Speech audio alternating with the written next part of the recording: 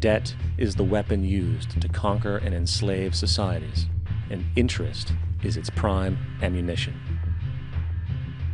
And as the majority walks around oblivious to this reality, the banks, in collusion with governments and corporations, continue to perfect and expand their tactics of economic warfare, spawning new bases, such as the World Bank and International Monetary Fund, while also inventing a new type of soldier, the birth of the economic hitman.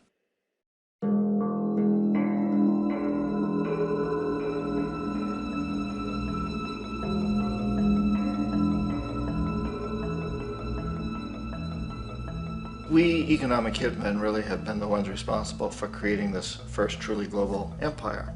And we work many different ways.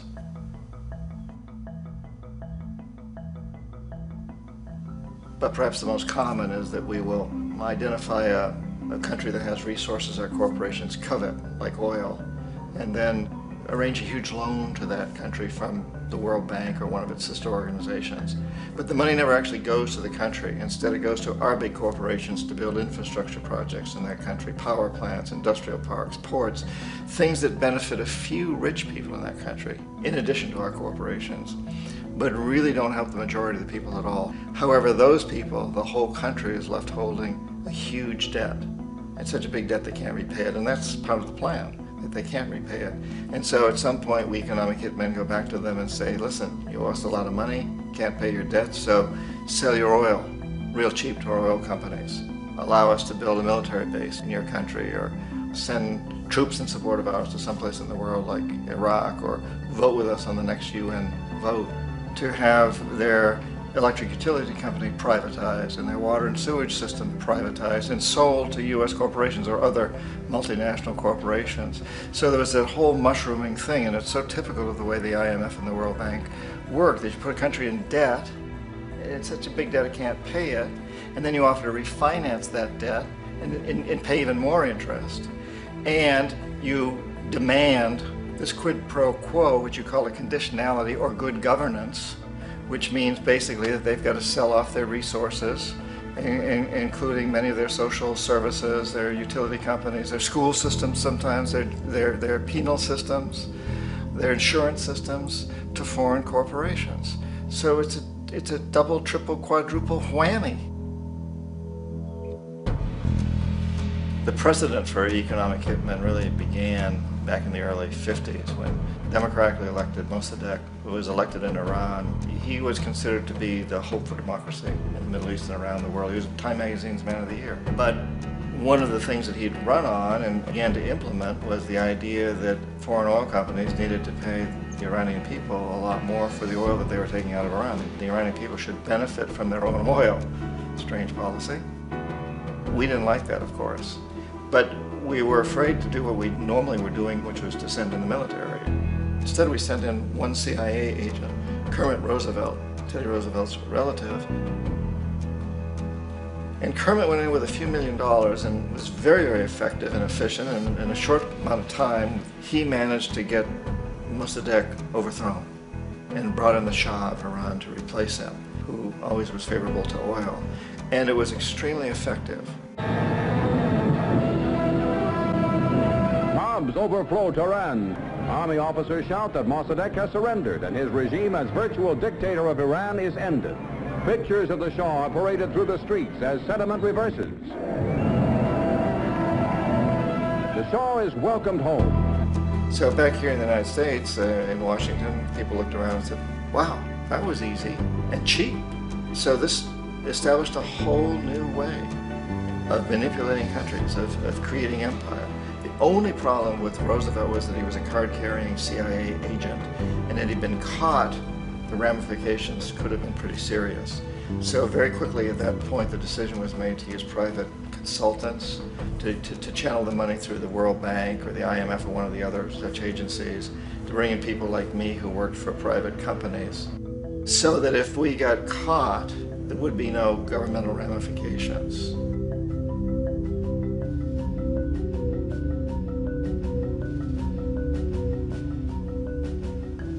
When Arbenz became president of Guatemala, the country was very much under the thumbs of United Fruit Company, the big international corporations. And Arbenz ran on this ticket that says, we want to get the land back to the people.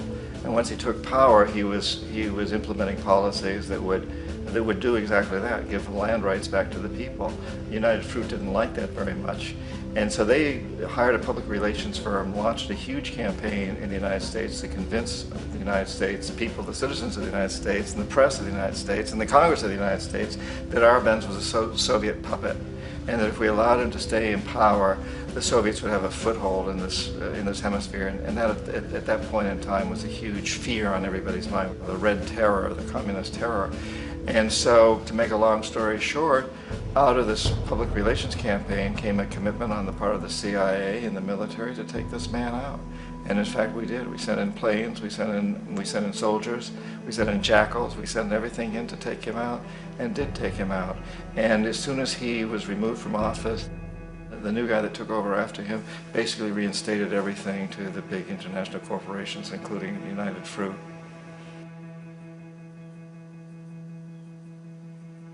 Ecuador for many, many years had been ruled by pro-US dictators, often relatively brutal. Then it was decided that they were going to have a truly democratic election. Jaime Roldos ran for office, and his main goal, he said, as president would be to make sure that Ecuador's resources were used to help the people. And he won, overwhelming, by more votes than anybody had ever won anything in Ecuador. And he began to implement these policies to make sure that the profits from oil went to help the people. Well, we didn't like that in the United States. I was sent down as one of several economic hitmen to change Roldos, to corrupt him, to bring him around, to let him know, okay, you can get very rich, you and your family, if you play our game, but if you continue to try to keep these policies you've promised, you're going to go. He wouldn't listen. He was assassinated. As soon as the plane crashed, the whole area was cordoned off. The only people allowed in were U.S. military from a nearby base and some of the Ecuadorian military. When an investigation was launched, two of the key witnesses died in car accidents before they had a chance to testify. A lot of very, very strange things that went on around the assassination of Jaime Roldos. I, like most people who've really looked at this case, have absolutely no doubt that it was an assassination. And of course, in my position as an economic hitman, I was always expecting something to happen to Jaime, whether it be a coup or assassination, I wasn't sure, but that he would be taken down because he was not being corrupted. He would not allow himself to be corrupted the way we wanted to corrupt him. Omar Torrijos, president of Panama, was one of my favorite people. I really, really liked him. He was very charismatic. He was a guy who really wanted to help his country. And when I tried to bribe him or corrupt him, he said, look, John, he called me Juanito. He said, look, Juanito, I don't need the money. What I really need is for my country to be treated fairly. I need for the United States to repay the debts that you owe my people for all the destruction you've done here. I need to be in a position where I can help other Latin American countries win their independence and be free of this terrible presence from the north that you people are exploiting us so badly. I need to have the Panama Canal back in the hands of the Panamanian people. That's what I want. And so, leave me alone. Don't try to bribe me. It was 1981, and in May, Jaime Roldos was assassinated. And Omar was very aware of this. Torrijos got his family together and he said, I'm probably next, but it's okay because I've done what I came here to do. I've renegotiated the canal. The canal will now be in our hands. He just finished negotiating the treaty with Jimmy Carter. In June of that same year, just a couple of months later, he also went down in an airplane crash, which there's no question was executed by CIA-sponsored jackals. Tremendous amount of evidence that one of Torrijos' security guards handed him at the last moment as he was getting on the plane a tape recorder, a small tape recorder that contained a bomb.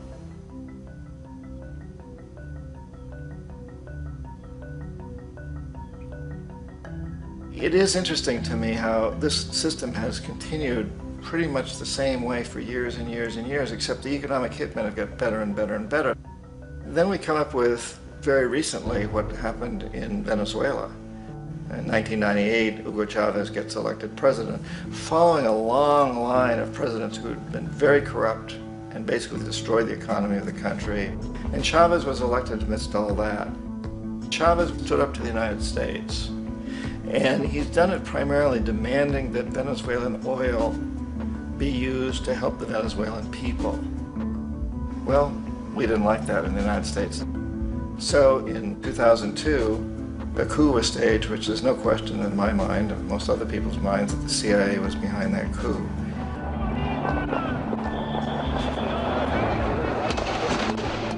The way that that coup was fomented was very reflective of what Kermit Roosevelt had done in Iran, of paying people to go out into the streets to riot, to protest, to say this Chavez is very unpopular. You know, if you can get a few thousand people to do that in television, can make it look like it's the whole country, and things start to mushroom. Except in the case of Chavez, he was smart enough, and the people were so strongly behind him that they overcame it, which was a phenomenal moment in the history of Latin America.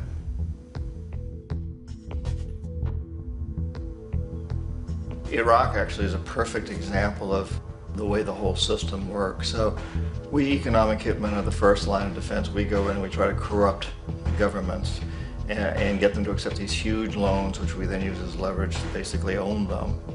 If we fail, as I failed in Panama with Omar Torrijos and in Ecuador with Jaime Roldos, men who refused to be corrupted, then the second line of defense is we send in the jackals. And the jackals either overthrow governments or they assassinate.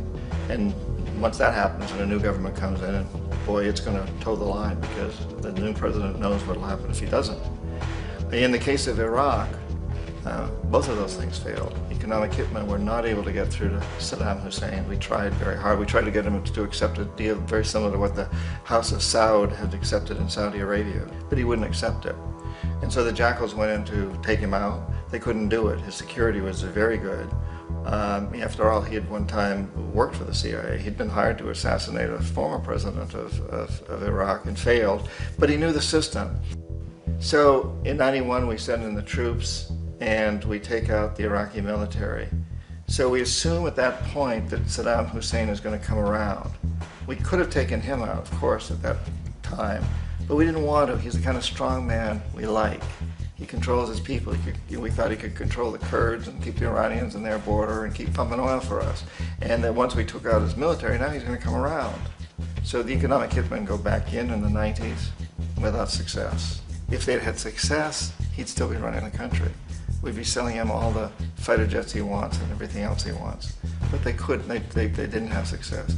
The jackals couldn't take him out again, so we sent the military in once again, and this time we did the complete job and took him out, and in the process created for ourselves some very, very lucrative construction deals. We had to reconstruct a country that we'd essentially destroyed, which is a pretty good deal if you own construction companies, big ones.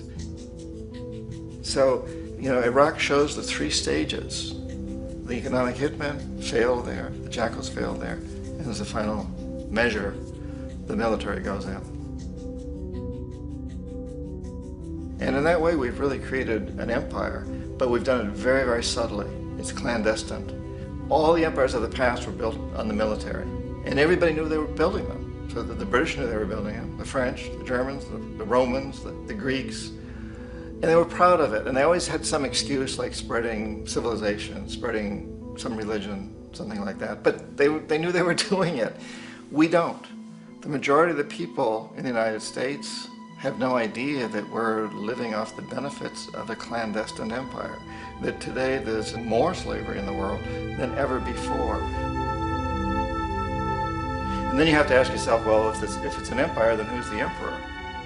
Obviously, our presidents of the United States are not emperors. An emperor is someone who's not elected, doesn't serve a limited term, and doesn't report to anyone, essentially. So you can't classify our presidents that way. But we do have what I consider to be the equivalent of the emperor, and it's what I call the corporatocracy. The corporatocracy is this group of individuals, who run our biggest corporations, and they really act as the emperor of this empire. They control our media, either through direct ownership or advertising. They control most of our politicians because they finance their campaigns either through their corporations or through personal contributions that come out of the corporations. They're not elected, they don't serve a limited term, they don't report to anybody. And at the very top of the corporatocracy, you really can't tell whether a person's working for a private corporation or the government because they're always moving back and forth. So, you've got a guy who one moment is the president of a big construction company like Halliburton, and the next moment he's vice president of the United States, or the president who is in the oil business. And this is true whether you've got Democrats or Republicans in the office. You have them moving back and forth through the revolving door. And in a way, our government is invisible a lot of the time, and its policies are carried out by our corporations on one level or another. And then again, the policies of the government are basically forged by the corporatocracy and then presented to the government. They become government policy. So it's an incredibly cozy relationship. This isn't a conspiracy theory type of thing. These people don't have to get together and plot to do things. They all basically work under one primary assumption, and that is that they must maximize profits regardless of the social and environmental costs.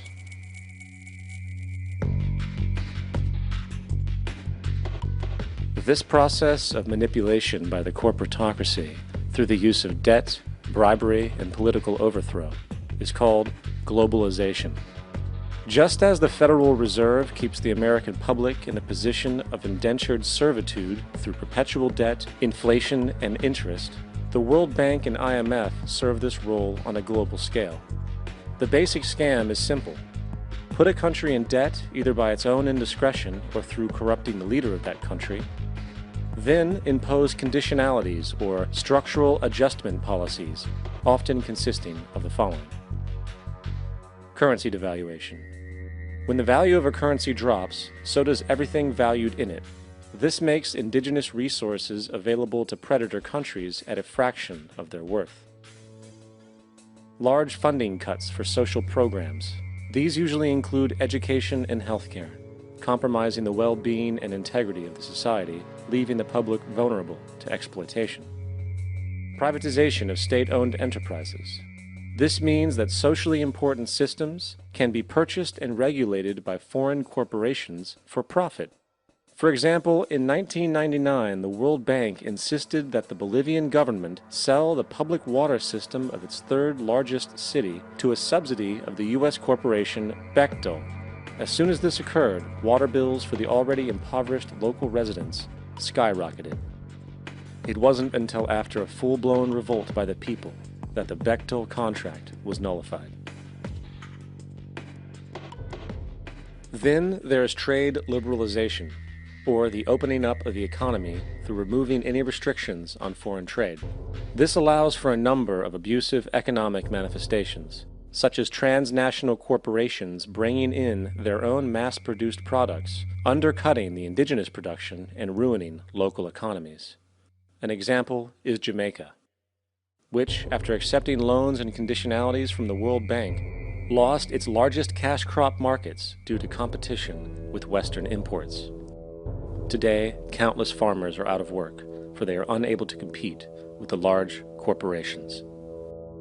Another variation is the creation of numerous seemingly unnoticed, unregulated, inhumane sweatshop factories, which take advantage of the imposed economic hardship. Additionally, due to production deregulation, environmental destruction is perpetual, as a country's resources are often exploited by the indifferent corporations while outputting large amounts of deliberate pollution. The largest environmental lawsuit in the history of the world today is being brought on behalf of 30,000 Ecuadorian Amazonian people against Texaco, which is now owned by Chevron. So today it's against Chevron, but for activities conducted by Texaco. Estimated to be more than 18 times what the Exxon Valdez dumped into the coast of Alaska. In the case of Ecuador, it wasn't an accident. The oil companies did it intentionally. They knew they were doing it to save money out there rather than arranging for proper disposal.